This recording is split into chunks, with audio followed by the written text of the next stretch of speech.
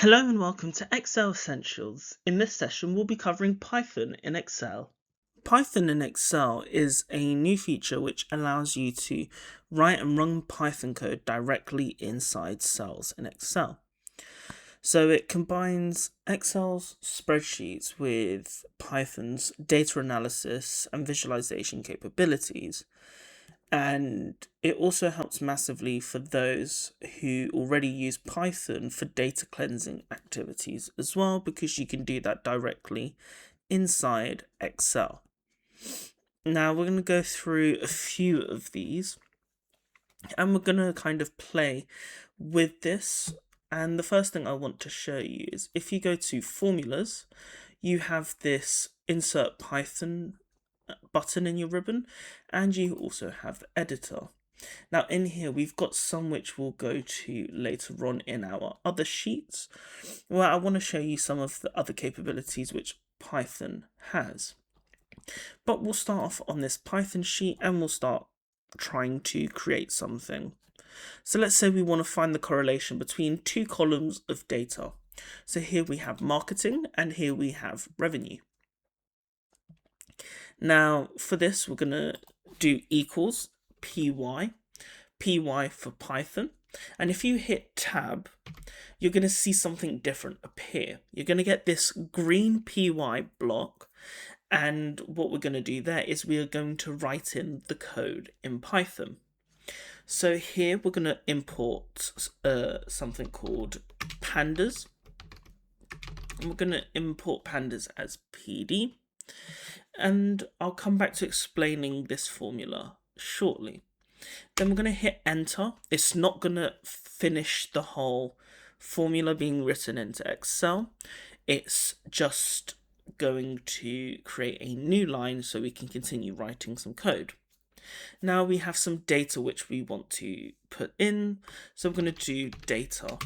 And we're going to do data equals. So data is going to be our variable in Excel, and the equals is basically our way of saying data is whatever we're going to select for these cells.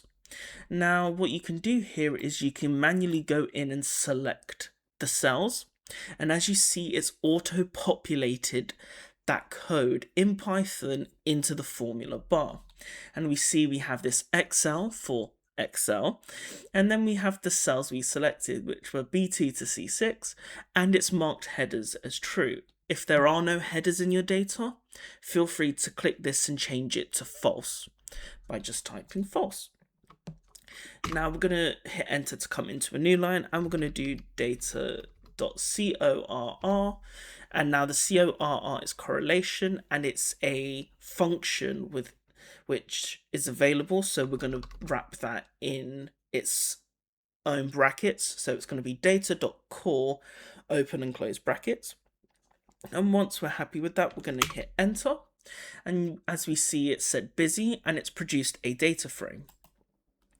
And now if we click on the py, we get this sort of data card appear of our 2x2 data frame. Obviously marketing spend to marketing spend is a one-to-one correlation because it's the same column, and the same for revenue against revenue. So those are columns we're not really going to be looking at. But if we have a look at marketing spend to revenue and revenue to marketing spend, it's the same value. And if we wanted to actually insert this into our Excel spreadsheet, we're just going to come into E3 here.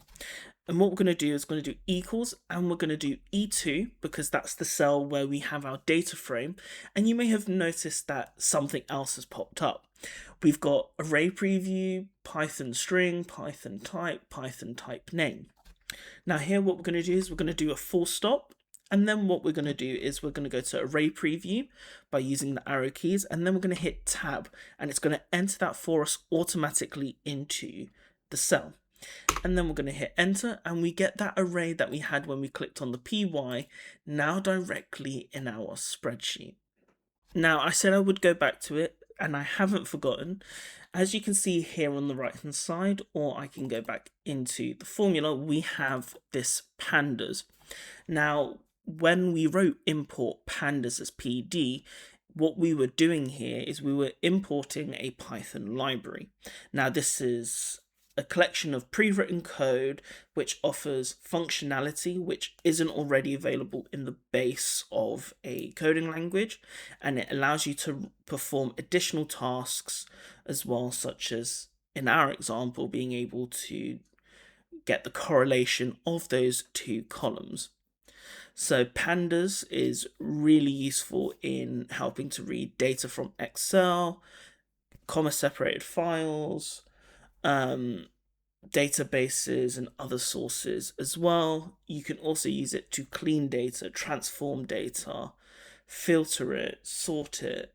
It's really useful as a library in Python that you may end up seeing this a lot more if you get into using Python in your Excel spreadsheets. Now, the next one which we are going to do is we're going to have a look at removing duplicates. So I'm just going to hit escape to come out of that. And as you see, we have these cells here, and we've got A, B, B, C, A, B, C, D, A, B, D, E. And we've got quite a few ABs. Now, this might be tickets that you sold, and there's multiple people's names, and someone's bought more than one ticket, and you want to just find out how many people, or just want a list of who has actually bought a ticket. So this is where it can be useful. What you could do is select the values and hit remove duplicates in Excel, but with Python, here is what you can do. So if we do equals py again, we now get that box, and we're going to do the same thing as before, and I'm going to call it data2 because I don't want it to interfere with our initial data on this spreadsheet. And what we're going to do is do equals, and we're going to do Excel, and then open brackets, and then I'm going to select these cells here. Now, as you see this time, it did not do the headers equals true. That's because I've automatically typed in the formula, Excel. Now, if I hit enter to go onto a new line, and we do data.drop_duplicates, and I give that function its correct value and hit enter, control enter, not enter, we get this data frame. Now, if we hit that py again, we can see that, we have, for some reason, marketing spend and revenue.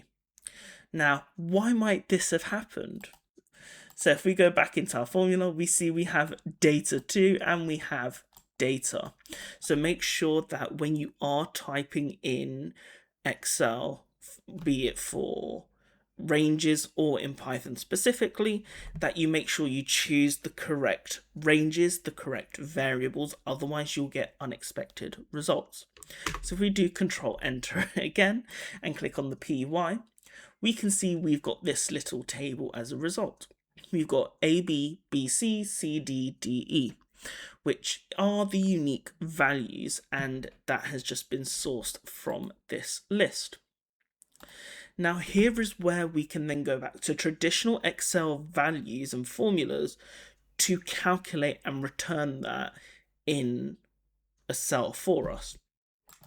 So if I go unique tickets, for example, what we're going to do is we're going to go equals d16.array preview, and that gives us our array. Now we're going to choose a column, and we're going to choose, let's say, column 1. That only returns the first one, so it's not the one we need in this scenario. So we're going to do it as column 2, and as you see, we get everything from row 1 all the way down to row 5 here. Now, let's say that that's not exactly how we want it to be. We could even use substitute, and we're going to replace the empty value, or 0, and we're going to replace it with unique tickets. sold. If we hit enter, we get that as our new header, and we don't need this one which we made earlier. So it's just another way of looking at other Excel formulas that you can incorporate into your Python code, so you can end up getting those results dynamically and easier. If, for example, this AB was changed to FG, for example, and we hit enter, we can see Python re-evaluates that entire formula from both the Python code in the data frame and also our end result with our calculated Excel formula.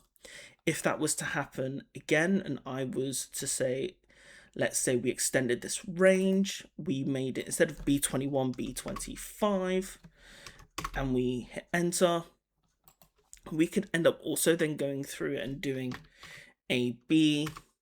We could end up then going, we could end up having other values that may or may not impact. And you see each time we go through, it keeps re-evaluating that. I will say, as we may have just seen, be careful where you may have additional blanks, because what we did here is we replaced the blanks with unique tickets sold. So you may not want to use the substitute formula in all scenarios, but if you have a range where there are no blank values, then feel free to use the substitute formula to create your own heading. But that is just another lovely thing to note. Now let's take a little bit of a look at something else. So Python samples. So these are some samples that I've pulled, and here we can have a look at some of these values. Here in our table, we've got species, we have petal lengths. So this is definitely about some flowers. And as we can see there's a picture here. If we look, we see that that's a value coming from G3, and that's the scatter graph. But as we see in this value, if we click on the PY again, we get the size of an image and what it looks like, which matches what this graph does. Now, as we were looking at earlier, we could do equals G3.image, and we get it here. But if you were to merge and center those cells, you get that graph appear in a larger size. So if, for example, one of these was to change, so let's do 1.2, what happens is the formula re-evaluates that.